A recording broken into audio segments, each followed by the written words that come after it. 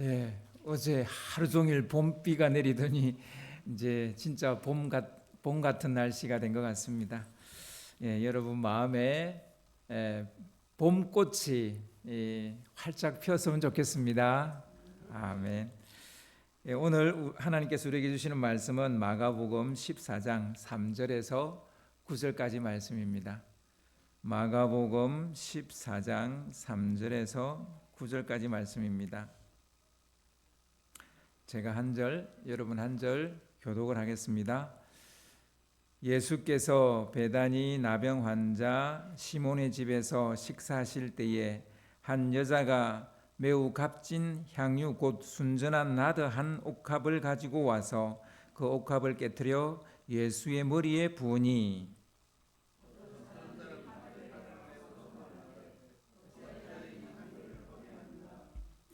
이 향유를 300데나리온 이상에 팔아 가난한 자들에게 줄 수 있었겠도다 하며 그 여자를 책망하는지라.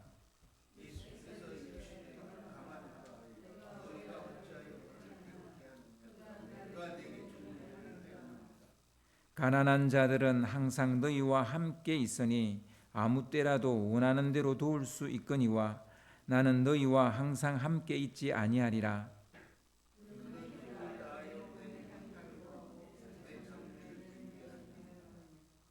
내가 진실로 너에게 이르노니 온 천하에 어디서든지 복음이 전파되는 곳에는 이 여자가 행한 일도 말하여 그를 기억하리라 하시니라.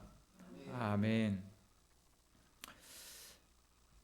예, 우리 장나영 집사님 하고 우리 유준이 같이 왔죠? 아, 예. 예, 오랜만에 서울 나들이를 하신 것 같습니다. 예, 진심으로 환영하고요. 예, 아이고 우리 유준이 많이 컸네. 예, 나중에 예배 끝나고 또 교제를 나누시면 되겠습니다.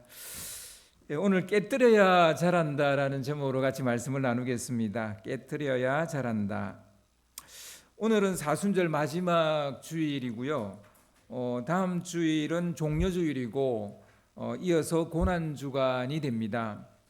오늘 설교부터 고난주간 설교까지 그 고난주간 그 특별 새벽기도의 설교까지 해서 한 7번의 설교를 쭉 이어서 하는데 깨트림이라는 이런 큰 주제로 말씀을 전하려고 합니다. 그래서 오늘은 약간 그 깨트림에 대한 좀 서론적인 말씀으로서 여러분과 같이 나누려고 하고요. 이 깨트림이 울림을 넘어서 우리를 살리는 살림의 지혜가 되는 그런 말씀이 되기를 바랍니다. 오늘은 향유 옥합을 깨트리는 한 여인의 이야기를 여러분과 나누고자 하는데요. 향유 옥합을 깨트린 이 여인의 일을 예수님이 굉장히 귀하게 보셨어요. 정말 중요하고 중대한 그런 일로 이 사건을 보셨다라는 것을 우리가 먼저 전제하고 이 말씀에 들어가야 됩니다. 오늘 본문 9절을 여러분 다시 한 번 더 보시면요. 오늘 본문 9절을 좀 띄워주시기 바랍니다. 내가 진실로 너희에게 이르노니, 이 진실로라는 말 자체가 이미 들어갔다는 것에 주목해야 되고요. 예수님이 정말 중요한 말이다라고 말할 때 진실로라는 말을 써요. 온 천하에 어디서든지 복음이 전파되는 곳에는 이 여자가 행한 일도 말하여 그를 기억하리라 하시니라. 이런 말씀으로 오늘 말씀이 끝나요. 예수님이 행한 놀라운 일, 곧 복음이죠. 예수님이 행하신 그 놀라운 일과 이 여인이 행한 일을 예수님이 동급으로 놓고 있어요. 그러니까 복음이 전파되는 곳에는 이 여인의 일도 같이 전파돼야 된다. 이런 얘기를 하신 거예요. 복음과 함께 이 여인의 행한 일을 같이 기억하라. 이렇게 말씀하셨다는 거예요. 예수님이 잡히시기 이틀 전에 베다니에서 오늘 이 이야기가 일어나고 있습니다. 베다니는 예루살렘과 한 3km 정도 떨어져 있는 아주 가까운, 예루살렘과 가장 가까운 작은 마을이에요. 예수님은 제자들과 함께 베다니 문둥병자 시몬의 집에 초청을 받아 거기서 같이 이제 식사를 하고 있었는데요.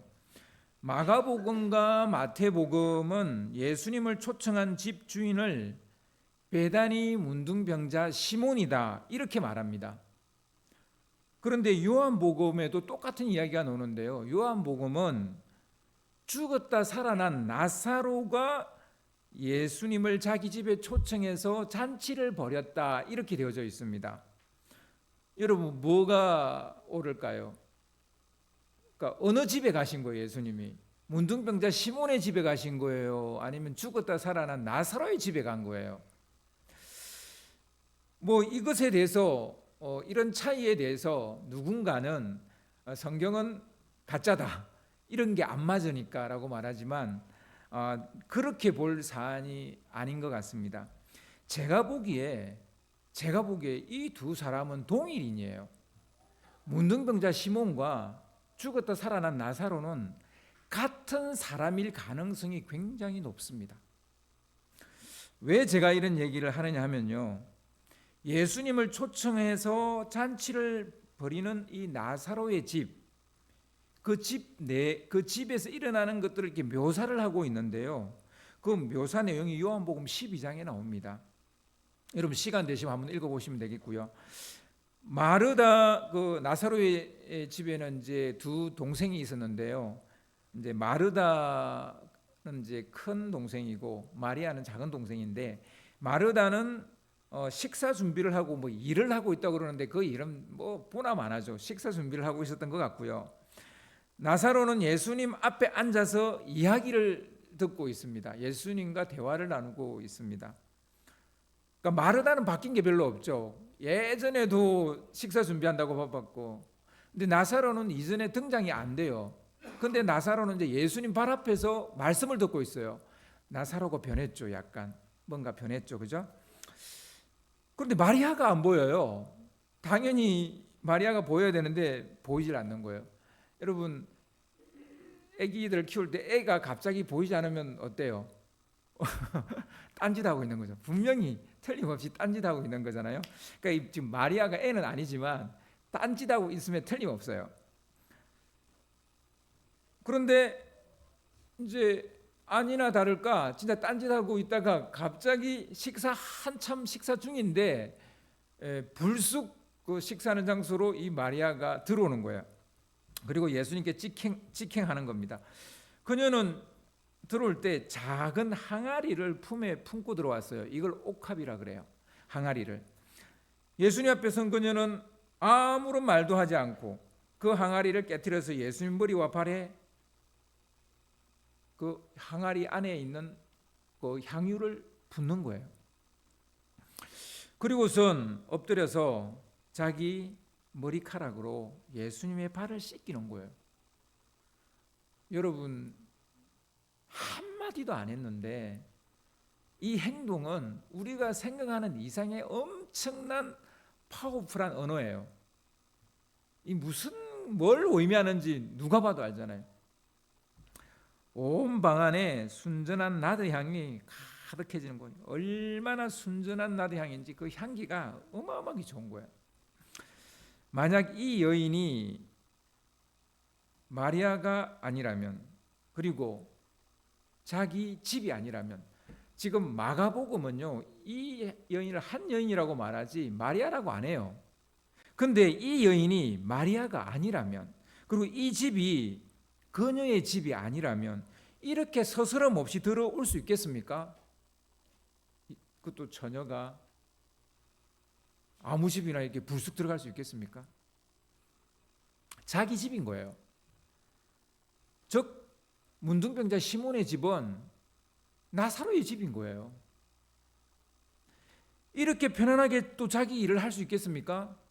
자기 집이니까 누구 눈치 안 보고 가서 옥합을 깨뜨려서 향유를 붓는 거예요. 마태, 마가복음은, 그게 마태와 마가는 왜 이 여인을 마리아라고 안 했는지 저는 잘 모르겠어요. 그런데 이 마태, 마가복음은 그냥 한 여인이라고 말하는데 분명히 마리아인 거예요. 그리고 이 여인이 마리아라면 이 집주인은 나사로임에 틀림이 없죠. 여기까지 살펴보면 문둥병자 시몬이 나사로와 동일인이라는 추측을 충분히 할 수 있습니다. 만약 동일인이라면 왜 성경이 서로 달라요라고 말할 필요가 없는 거예요. 이렇게 기록된 데는 다 이유가 있다는 걸 우리가 알아야 되는 겁니다. 나사로는 원래 문둥병자였던 것 같아요. 정확한 시점은 우리가 알 수는 없지만 문둥병자 시몬이 예수님을 만나게 됐고 예수님을 만나서 문둥병이 낫게 되는 크나큰 은혜를 입었던 것 같습니다. 이 치유의 은혜를 입은 이후에 예수님은 시몬을 나사로라고 불렀던 것 같아요. 왜 그렇게 불렀을까요? 왜 나사로라고 불렀을까요? 나사로의 뜻을 우리가 알아야 됩니다. 하나님이 도우셨다라는 거예요. 예수님이 이 시몬의 문둥병을 고쳐주고 하나님이 도우셨다 이렇게 말한 거예요. 하나님이 너를 도우셨다. 그게 나사로예요. 그래서 예수님뿐만 아니라 주위 사람들이 이제 시몬을 부르기를 나사로라고 부르는 거예요. 하나님이 너를 도왔어. 하나님이 너를 도왔어. 어쩌면 우리의 또 다른 이름이 나사로가 돼야 되지 않을까요? 여러분, 제 이름이 뭡니까? 나사로라고 불러주세요. 이제부터는. 제가 여러분 이름을 부를 때 나사로라고 불러야 될 것 같아요. 하나님이 도우셨다. 하나님이. 여러분, 하나님이 안 도왔으면 여러분 여기 와 앉아 계실 수 있습니까? 여러분, 죄에서 해방되고 죄에서 자유케 되고 하나님의 자녀가 될 수 있었겠습니까? 다 우리는 나사로인 거예요. 한번 자기 자신에게 나 나사로야 이렇게 한번 말해보세요. 나 나사로야. 예. 여러분, 마르다와 마리아가 예수님을 극진히 모신 이유를 아시겠죠? 그들의 오라버니 시몬이 문둥병자였는데 그것을 고쳐주신 거예요. 고대 근동 세계에서 여성의 지위라는 게, 여성의 위치라는 게요, 그 남성에 종속돼 있었어요. 지금도 그래요. 지금도 약간 중동 지역은 그 여성이 남성에 종속되어져 있습니다. 그러니까 맨날 이거 뭐 히잡 쓰고 다니고 막 그러죠. 고대 근동 세계에서 그 여성의 지위를 놓고 볼 때 시몬의 문둥병이 나은 것은 시몬만 좋은 게 아니에요. 시몬만 살린 게 아니에요. 마르다와 마리아를 살린 겁니다. 집에 가장인 뭐 엄마 아빠는 다 죽은 것 같고요. 집안의 가장이 나사로, 그러니까 시몬인데 시몬이 문둥병이 걸렸어요. 그러면 이 두 여동생 어떻게 살아요? 거지로밖에 살 수 없는 거예요. 거지로밖에. 뭐 요즘처럼 무슨 뭐 직업 있고 이런 게 아니에요. 남자가 벌고 여자는 집에서 살림만 하는 거예요. 오라버니가 정상인이 건강한 사람이 되면서 사회적 안정감을 얻었을 뿐만 아니라 경제적 여유를 가지게 됐다는 그런 의미예요. 이런 전후 사정과 사연을 깊이 들여다보면 그들이 예수님을 극진히 모신 데는 이유가 있는 거예요. 생명의 은인이죠. 치유, 우리 오빠를 치유해줬다 정도가 아니라 이 가정이 살 수 있도록 그 모든 상황을 열어주셨다, 이렇게 말할 수 있는 거예요. 그러니까 생명의 은인인 거죠. 예수님께서 베다니에 오셨다는 말만 들어도 벗은발로 달려 나가서 자기 집으로 모시는 겁니다. 식사 대접은 물론이고 자기 집을 묵을 숙소로 항상 내어주는 거예요. 이러니 예수님과 이 가족이 끈끈하고 친밀해질 수밖에 없는 거죠. 그러던 어느 날 나사로가 갑자기 병이 나서 죽게 생겼어요. 그래서 마르다와 마리아가 예수님께 급히 사람을 보내서 와달라고, 빨리 와달라고 그렇게 요청을 했는데 예수님은 죽을 병 아니야, 하나님 영광 돌릴 일이야, 그러면서 안 오시는 거예요. 그러니까 충분히 갈 수 있는 시간도 있고 상황도 되는데 딱 한 가지만 좀 문제가 있었어요. 얼마 전에 유대 땅에서 예수님이 핍박을 받았거든요. 그래서 또 가면 돌에 맞아 죽을 가능성이 높아요. 그거 빼고는 뭐 안 갈 이유가 특별히 없었어요.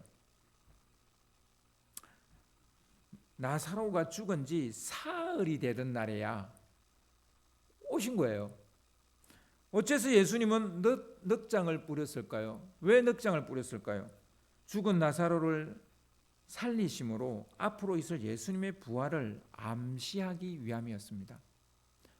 나도 이렇게 다시 죽었다 살아날 것이라는 것에 대해서 여기에 암시를 주기 위한 하나의 상징적 사건으로서 이것을 가르치려고 하신 것 같아요. 우리는 우리에게 일어난 일이 이해되지 않을 때가 많습니다. 마르다와 마리아가 예수님이 그렇게 넉장 부린 게 이해됐겠어요? 그렇게 친밀한 관계였는데, 그렇게 가까운 관계였는데, 늘 오시면 우리 집에 모셨는데, 늘 식사 대접했는데 어떻게 안 오실 수가 있지? 이해 안 되잖아요. 어떨 때는 신경질이 나고 욕이 나올 때도 있습니다. 세상이 불공평해 보이고 나만 이런 어려움을 겪는 것처럼 보일 때도 있습니다. 하나님이 계시지 않는 것처럼 보일 때도 있습니다. 우리가 이렇게 답답하고 괴로운 것은 왜일까요? 왜 어떤 이해되지 않는 상황 때문에 우리는 힘들어할까요? 내 생각을 깨트리지 않아서 그래요.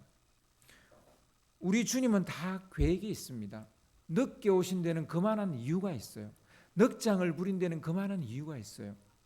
예수님이 말씀하신 것처럼 이는 죽을 병이 아니라 하나님께 영광 돌릴 일인 거예요. 이 얘기를 심부름 간 사람이 돌아와서 마르다와 마리아에게 했을까요? 안 했을까요? 뭐 저는 모르겠습니다. 근데 했다면 마르다와 마리아가 그렇게 막 실족하지는 않았을 것 같은데, 했는데도 실족했다면 예수님의 그 말을 이해를 못한 거죠. 죽을 병이 아니야, 하나님께 영광 돌릴 일이야, 이 말을 이해 못한 것이겠죠. 우리는요, 이런 경우를 충분히 경험할 수 있어요. 이전에 문둥병 같은 나의 가장 큰 문제를 해결받는 은혜를 경험해요. 그런데 또 죽을 병이 오면 그때 하나님이 도우시지 않으면 우리는 당장 우리의 믿음을 멈춰버립니다. 한 번의 그 하나님의 은혜로 우리의 믿음을 계속 지켜나갈 수 있느냐? 그렇지 않다는 거예요. 우리는 그 정도로 강하지 못합니다. 죽은 나사로를 살리신 예수님이 베다니에 오셨다면 여러분 어떻게 하시겠어요? 이전에는 문둥병 시몬을 고쳤어요. 그리고 얼마 전에는 죽은 이 시몬 나사로를 살렸어요. 그런 예수님이 또다시 베다니 오시면 여러분 어떻게 하시겠어요? 마르다는 매번 그렇게 했던 것처럼 기꺼이 예수님을 자기 집으로 또 초청해요. 그리고 또 식사 대접을 해요. 그리고 나사로는 예수님 앞에 앉아서 말씀을 듣고 있습니다. 죽었다 살아났으니 이제 예수님 앞에 그 무릎 앞에 앉아 있는 거예요. 전에는 안 앉아 있었거든요. 전에는 나사로가 이름도 안 나왔어요. 분명히 자기 병을 고쳐줬는데도 불구하고. 근데 이번에는 나사로가 예수님 무릎 앞에 앉아 있는 거예요. 그럼 마리아는요, 순전한 나드향 가득한 그 옥합을 들고 와서 깨트려서 예수님의 머리와 발에 붓는 거예요. 마태복음과 마가복음 이 두 복음서는 이 향유의 가치를 300데나리온이라고 말합니다. 300데나리온. 한 데나리온은 건장한 사람이 하루에 일하고 얻는 품삯입니다. 그러니까 300데나리온이니까 우리가 보통 뭐 안식일 일 안 하고 뭐 이런 거 빼버리면 300데나리온, 그러니까 300일을 일해, 그러니까 1년 연봉인 거죠. 1년 연봉인 거죠. 그죠? 그래서 요즘 돈으로 환산을 하면 대략 그냥 우리 대한민국의 평균 연봉이 뭐 한 5천에서 6천 그 사이 되는 걸로 제가 알고 있는데요. 그러니까 대략 한 5천만 원어치 이상의 향유를 들고 와서 예수님 머리와 발에다가 쏟아 부어버린 거예요. 여러분, 5천만 원치 이해되겠습니까? 마리아는 자기가 할 수 있는 최고의 것을 예수님께 드린 거예요. 나사로는 예수님 무릎 앞에 앉아서 예수님의 말씀을 듣는 게 그에게는 지금 최고로 자기가 할 수 있는 거고, 마르다는 식사 준비하는 게 최고로 자기가 할 수 있는 일이고, 마리아는 자기 결혼 자금인, 결혼할 때 반드시 필요한 이 향유 옥합을 깨뜨리는 게 자기가 할 수 있는 최선의 일이었던 거예요. 하지만 마리아는 사람들로부터 그만큼의 인정을 받지 못해요. 마르다는 인정받았습니다. 나사로도 인정받았습니다. 근데 마리아는 인정을 받지 못하고 도리어 공격을 받습니다. 향유를 허비했다는 모진 말을 들어요. 이 향유를 허비한 거다. 정말 매몰찬 말을 들은 거예요. 낭비했다는 거예요. 가난한 자들에게 주었다면 얼마나 좋았겠냐라며 책망까지 하는 거예요. 모진 말에서 더 나아가서 책망까지 하는 거예요. 막 나무라고 꾸짖는 거예요. 1절에도 마리아는 언니 마르다 일을 돕지 않고 주님 발 앞에 앉아 있었다는 걸로 핀잔을 듣고 언니로부터 공격을 받았어요. 그러니까 마리아는 항상 이게 공격을 받아요. 왜냐하면 좀 엉뚱해요. 제가 봐도 좀 엉뚱해요. 엉뚱한 부분이 있어요. 그 눈치가 좀 없어요. 이번에는 예수님의 제자들로부터 공격을 받았어요. 3년 동안 예수님 따라다녔으면 뭔가 좀 달라져야지 뭐 별 달라진 게 없어 보입니다. 흥미롭게도 요한복음은 제자 중에 예수를 팔아치울 가룟 유다가 공격했다라고 또 요한복음 좀 다르게 좀 설명을 합니다. 제자들과 어떤 사람들은 실용적인 측면에서 더 가치 있는 거에 이것을 썼어야지 이렇게 말합니다. 근데 그 중에 그 누구 한 사람도요 이렇게 말한 사람이 없었어요. 너 결혼 어떻게 하려고? 너 결혼 어떻게 하려고? 이렇게 묻는 사람이 아무도 없었다는 거예요. 제일 가슴 아픈 일이에요. 제일 가슴 아픈 일이에요. 그냥 실용적인 차원에서 야, 그 부을 것 같으면 가난한 사람한테 줘야지 이렇게 말하는 사람이 있고요. 가룟 유다는 도둑놈 심보를 가지고 있었기 때문에 그거 자기가 조금 뭐 좀 훔치려고 공격하고 그러고 있는 거예요. 그 누구도 마리아에게 너 시집 갈 때 어떡하려고 이렇게 묻는, 마리아를 생각하는 사람은 단 한 사람도 없었다는 거예요.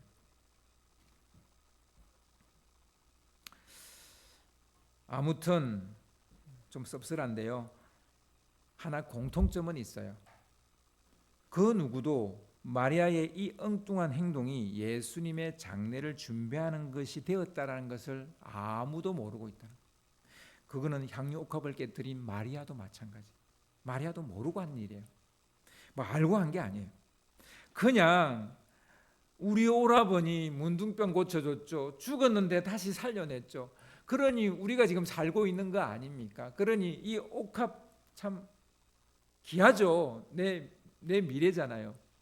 그렇지만 우리 오빠 살려주셔서 너무 감사합니다. 내가 드릴 것은 이거밖에 없습니다라고 깨트려서 그거를 예수님께 푼 거예요.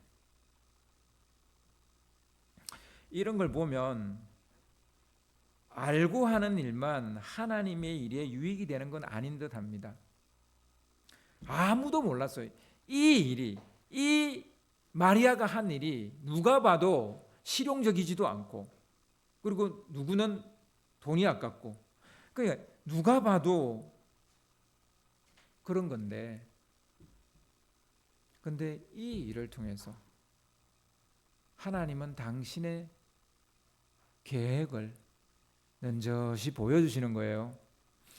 때로는 모르고 한 일이 합력해서 선을 이루는 경우가 들어 있습니다. 모든 게 다 그런 건 아닐 수 있겠지만 들어 있어요.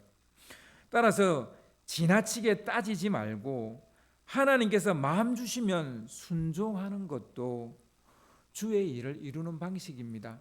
이게 막 이성적으로 계산적으로 생각해봐서 이게 하나님의 영광이 되겠구나가 아니라 그냥 잘은 모르겠는데 하나님이 내게 마음을 주셔 그걸 하라고. 그러면 하세요. 반드시 그 일을 통해서 하나님의 계획이 이루어질 가능성이 있습니다. 우리는 비싸거나 귀중한 것일수록 더 이성적으로 판단하려고 애씁니다. 그냥 별로 안 비싸고 별 가치 없는 거는 그냥 대충 해요. 그냥 하든지 말든지. 근데 좀 비싼 거 있잖아요. 그러면 막 생각을 쥐어짭니다. 이렇게 하는 게 맞을까 안 맞을까 막 고민해요.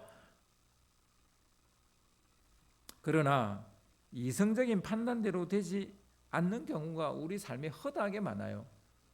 아무리 이성적으로 판단해도 그 결과가 좋다는 보장이 없어요.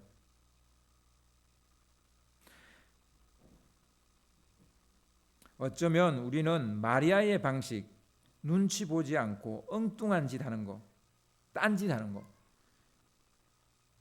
이런 걸 너무 부정적으로 생각하는 경향이 있는 것 같아요. 일의 경중이 우리 지식 안에서 판가름 나지 않을 때가 많습니다. 우리의 생각과 상상을 뛰어넘는 일도 있다는 사실을 우리가 인정해야 됩니다. 여러분, 우리 이성이 대단한 것 같아도요, 아무것도 아니라는 사실을 아셔야 돼요. 하나님의 보이지 않는 손이 부지불식간에 일할 수 있다라는 것을 우리가 늘 인정해야 됩니다. 인정한다면 하나님 마음 주실 때 너무 이성적으로 재고 따지고 막 계산하고 그러지 마시고 마음 주시면 하셔야 돼요. 마리아는 일전에 마르다의 일을 도와주지 않고 주님 무릎 앞에 앉아 말씀 듣기를 더 좋아했습니다. 그때는 그냥 말씀 듣는 거에 집중하고 있었어요. 이건 신앙생활에서 굉장히 중요한 거죠. 말씀 듣는 거. 말씀은 신앙의 기초석과 같습니다. 기둥과 같은 거예요. 뼈대와 같은 거예요. 여러분, 뼈대가 없으면 우리가 어떻게 사람 노릇하겠습니까? 뼈대가 있으니까 근육도 쓸모가 있는 거고, 뼈대가 있으니까 우리가 뭘 할 수 있는 거고, 그렇잖아요. 그러니까 말씀은 그런 거예요. 그런데 우리가 기억해야 될 게 있습니다. 말씀을 듣고 읽고 설교를 듣고 묵상하고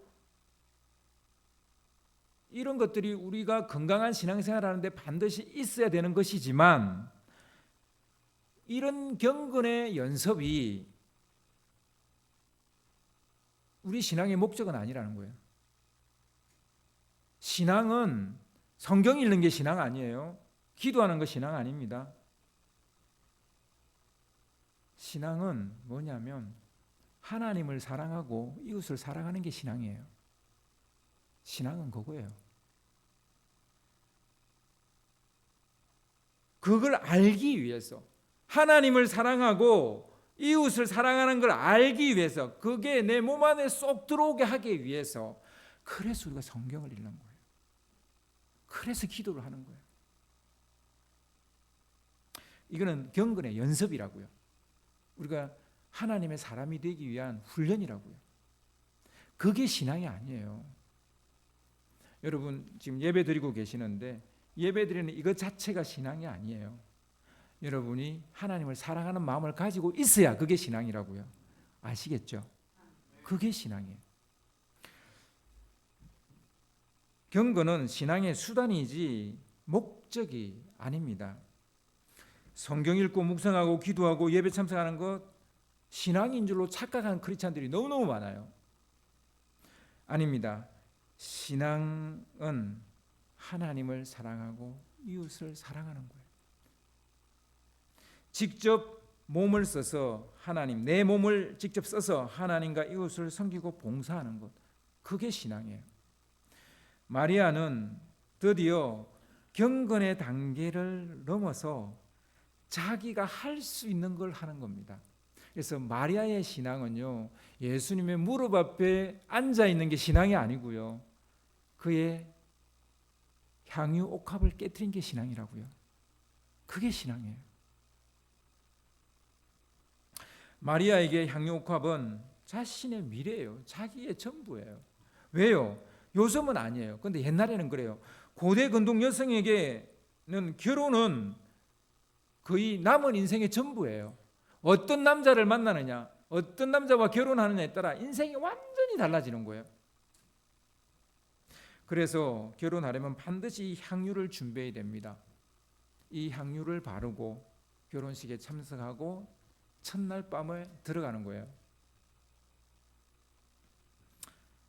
그런데 향유는 매우 비싼 거라 하루아침에 준비되는 그런 게 아니에요. 그것을 준비하는 데는 많은 시간과 에너지가 필요합니다. 당시 사회 구조상 여성에게 결혼은 미래라 할 수 있습니다. 그 미래를 통째로 깨뜨려서 주님 머리와 발에 부었다는 거예요. 마리아는 더 이상 경건 안에 머물러 있지 않는 거예요. 주님 발 아래서 잘 배웠잖아요. 주님 무릎 앞에서 그 앞에서 잘 배웠잖아요. 이제 그 말씀대로 살아가는 거죠. 그게 신앙인 거예요. 옥합을 깨뜨렸다라는 것은 뭐 여러 가지 함축적인 의미가 들어 있을 거라고 봅니다. 먼저 자신의 미래를 깨뜨렸다는 의미입니다. 둘째, 가장 귀중하고 비싼 것을 깨뜨렸다는 그런 뜻이기도 합니다. 셋째, 자신의 신념과 의지를 깨뜨렸다는 말이기도 합니다. 다 자기의 생각 뭐 이런 거 있잖아요. 자기 세계를 깨고 나왔다는 뜻이기도 합니다. 헤르만 헤세의 소설 중에 뭐 여러 유명한 소설이 몇 개 있는데 그 중에 하나가 데미안이라는 소설인데요. 성장 소설이죠. 성장 소설. 이 책의 가장 중요한 메시지는 바로 이 말로 대변될 겁니다. 새는 알을 깨고 나온다. 태어나려는 자는 하나의 세계를 깨트려야 한다.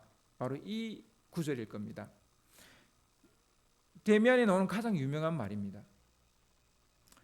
마리아는 알을 깨고 나온 사람이라고 할 수 있습니다. 이것을 깨트릴 때 자라게 되는 거예요. 이게 바로 성장인 겁니다. 성경 한 장 읽다가 10장 읽는 걸 성장 아니에요. 그냥 그러니까 연습일 뿐이에요. 여러분 100m 달리기 선수가 100m 달리기를 하루 종일 연습하는 게 그게 성장이 아니고요. 그 연습을 했기 때문에 13초 뛰던 걸 11초로 뛰니까 그게 성장한 거예요. 이해되시죠? 그거예요.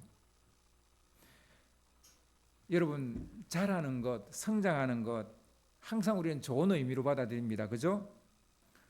하지만 살아보니까요, 자라는 것이 항상 좋은 것은 아니더라고요. 여러분은 어떻습니까? 때로는 자라지 않는 것이 축복일 때도 있어요. 그러니까 모든 것이 다 자라야 되는 건 아니라는 것을 알게 되는데요. 나이가 들면 누구나 알게 되는 사실이 있는데요. 몸은 늙어도 마음은 늙지 않는다는 사실이에요.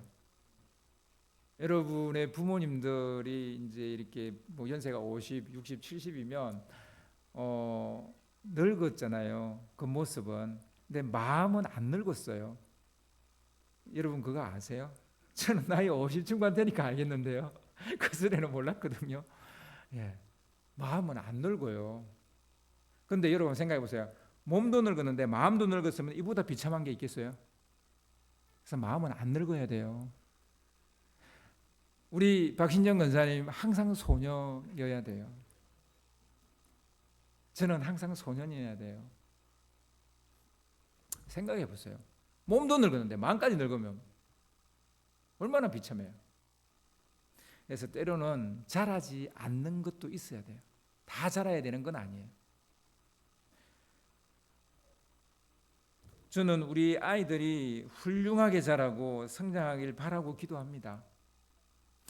반면 우리 아이들이 살다가 지치고 힘들면 언제든지 아빠에게 달려올 수 있는 자라지 않는 어떤 모양이 우리 아이들에게 여전히 있었으면 좋겠어요. 살다가 너무 힘들면 결혼해서 사는데 막 뭐 아내가 바가지를 긁는다든지 뭐 남편이 뭐 하여튼 뭔가를 좀 힘들게 한다든지 하면 친정에 가서 엉엉 울고 막 그래요. 이게 자라버리면요 울지를 못해요. 그러면 어떻게 되겠어요? 속에 합병이 생기는 거예요. 혼자 끙끙거리고 괴로워하지 않았으면 좋겠다라는 게 제가 자녀들에 대한 생각이에요. 울고 싶을 때 아빠한테 엄마한테 와서 실컷 울고, 그리고 좋은 일이 있을 때는 와서 막 세상이 바뀐 것처럼 막 환호성 치고 좋아하고, 짜증날 때 마음껏 짜증낼 수 있고, 우리 아이들은 그랬으면 좋겠어요. 그렇다고 맨날 내 품에 있어야 된다 이런 얘기하는 거 아니에요. 독립해서 가야죠. 그렇지만 사람은 누구나 이 안에 어린애가 있어야 돼요. 분명 하나님은 우리가 자라기를 바라십니다. 언제까지 젖만 먹는 어린아이로 살 것이냐라고 반문합니다. 하지만 주님은 반대로 어린아이 같지 않으면 천국에 들어가지 못할 것이라고 말합니다. 여러분, 누가 천국 들어갈 수 있어요? 힘들고 지치고 괴롭고 아프고 그러면 엄마 앞에, 친정 엄마 앞에 와서 울어야 그게 천국이 되는 거예요.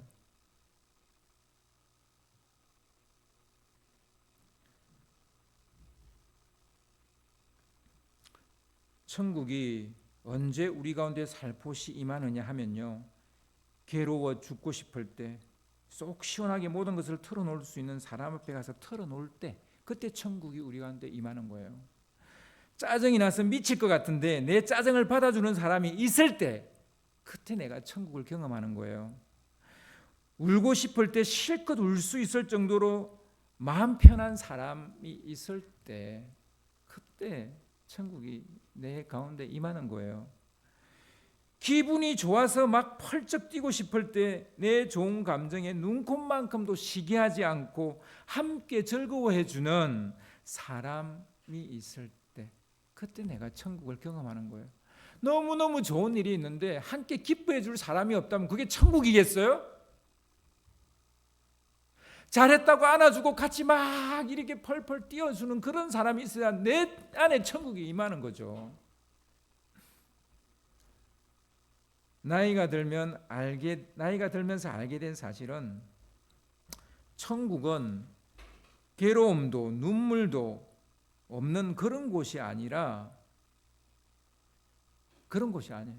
천국은 괴로움도 없고 눈물도 없고 고통도 없고 병도 없고 이런 곳이 천국이 아니라는 사실을 알게 됐어요. 천국은 좋은 말만 하고 웃기만 하는 그런 곳이 아니라는 사실을 알게 됐어요. 천국은 우리의 삶이 아무리 괴롭고 힘들어도 병들어도 내 마음을 풀어낼 수 있다면 그곳이 천국이라는 거예요. 그러니까 고통 없는 곳이 천국이 아니라, 고통이 있지만 이 고통을 나눌 수 있는 곳이 있으면 그곳이 천국이라는 거예요. 잘한다는 것은 깨트리는 것이지 몸집만 불어나는 그런 개념이 아니라고요. 신앙이 자란다는 것은 믿음이 좋아지거나 강해지는 그런 거 아닙니다. 자신을 깨트릴 때 그게 신앙이 자란 거예요. 자신을 깨트릴 수 있는 사람, 자기를 의지하는 신념, 자기가 의지하고 있는 신념을 깨트리는 거, 우리 자신의 힘으로 잘 살 수 있다는 어떤 그런 무모한 패기 이런 걸 깨트리는 거, 우리 스스로 자신의 죄를 없이 할 수 있다라고 말하는 약간 도 닦는 거나 수련적인 그런 마인드, 이런 걸 깨뜨리는 거, 그런 게 신앙이라고요. 신앙은 뭔가 내가 대단한 것을 보여주는 게 신앙이 아니고, 주님 앞에서 나는 아무것도 아닙니다라고 말할 수 있는 사람, 그게 신앙인이라고요. 신앙은 그거예요. 안 그러면 십자가가 나한테 왜 필요해요? 내가 도 닦아서 훌륭한 사람 될 수 있는데, 내가 수련해서 훌륭한 사람이 될 수 있는데, 내가 잘해서 내 죄를 살 수 있는데 왜 예수님이 필요해요? 예수님이 우리에게 필요한 거는 나는 그럴 수 없기 때문에, 그래서 나를 깨트리는 거예요. 나는 내 스스로 구원받을 수 없습니다. 나는 스스로 행복해질 수 없는 사람입니다. 자신을 깨트리는 사람이 진짜 신앙인이라고요.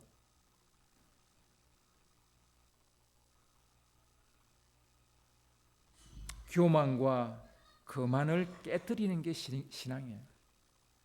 나의 내 의를 깨트리는 게 신앙이에요. 의를 쌓는 게 신앙이 아니고. 그래서 기독교의 복음은 복음인 거예요. 굿뉴스인 거예요.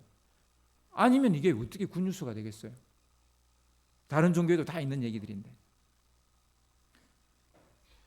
신앙은 나의 수고와 노력이 아닙니다. 좋은 믿음은 강해지는 것이 아니라 하나님 앞에서 한없이 작아지고 약해지는 거예요. 하나님, 당신만 바라봅니다. 당신만 의지합니다. 당신만이 나를 구원하실 수 있습니다. 이게 신앙이래요. 이게 신앙이라고요. 하나님을 하나님으로 인정하고 그를 신뢰하고 의지하는 것, 그게 신앙이에요. 하나님 앞에서 나 자신을 쉼없이 깨트려야 우리는 하나님을 인정하고 의지할 수 있습니다. 이걸 깨트리지 못하니까 자꾸 내 의를 의지하고 내 신념을 의지하고 내 생각을 의지하고 내가 가진 것을 의지하고 그러는 거예요. 마리아는 무심코 마음에 이런 마음이 이제 생겨서 향유 옥합을 깨뜨렸지만 그것은 주님의 장례를 준비하는 일이 되었습니다. 그렇지만 마리아는 이걸 알고 한 건 아니에요. 마리아는 그 누구의 눈치도 그냥 보지 않았습니다. 자기 할 수 있는 일을 그냥 한 거예요. 자신의 가장 소중한 것을 내어주는 것은 곧 예수님의 십자가를 의미합니다. 그러니까 우리는 마리아가 향유 옥합을 깨트리는 것은 장례식 준비했다니까 예수님의 육신의 염을 미리 했다, 이런 개념으로 장례를 준비했다고 자꾸 생각하는데 아니에요. 그런 개념이 아니에요. 그런 개념이 아니고 예수님도 자신을 깨트려서 우리의 구원의 길을 여셨다는 것을 이야기하는 거예요. 여러분, 염 이런 거 아니에요. 뭐 향유로 우리 몸을 깨끗하게 했다, 뭐 그런 의미가 아니에요. 그런 식으로 장례를 준비했다는 얘기가 아니에요. 예수님도 이 마리아처럼, 마리아는 자기의 향유 옥합을 깨뜨렸지만 예수님은 자기 몸을 깨뜨렸어요. 자기 몸을 찢었어요. 그 얘기로 예수님의 장례를 준비했다는 얘기입니다. 예수님도 자신을 깨뜨려 우리의 죄를 없이 하셨다라는 그 십자가의 사랑을 상징하는 사건이라 할 수 있습니다. 예수님의 죽음이 무엇을 의미하는지를 마치 암시처럼 미리 알려주는 것이 아니겠습니까? 신앙은 쌓는 것이 아니라 깨트리는 것입니다. 말씀을 읽고 듣고 묵상하는 것은 성경 지식을 쌓기 위한 것이 아닙니다. 너무나도 세상적이고 불신앙적인 우리를 깨트리기 위해서 성경을 읽는 것이지, 말씀을 듣는 것이지, 말씀을 묵상하는 것이지, 그 성경 지식을 쌓으려고 하는 게 아니라고요. 나의 의와 나의 힘, 나의 자신감, 나의 도덕성, 나의 열정, 나의 생각을 깨트리는 것이 신앙인 거예요.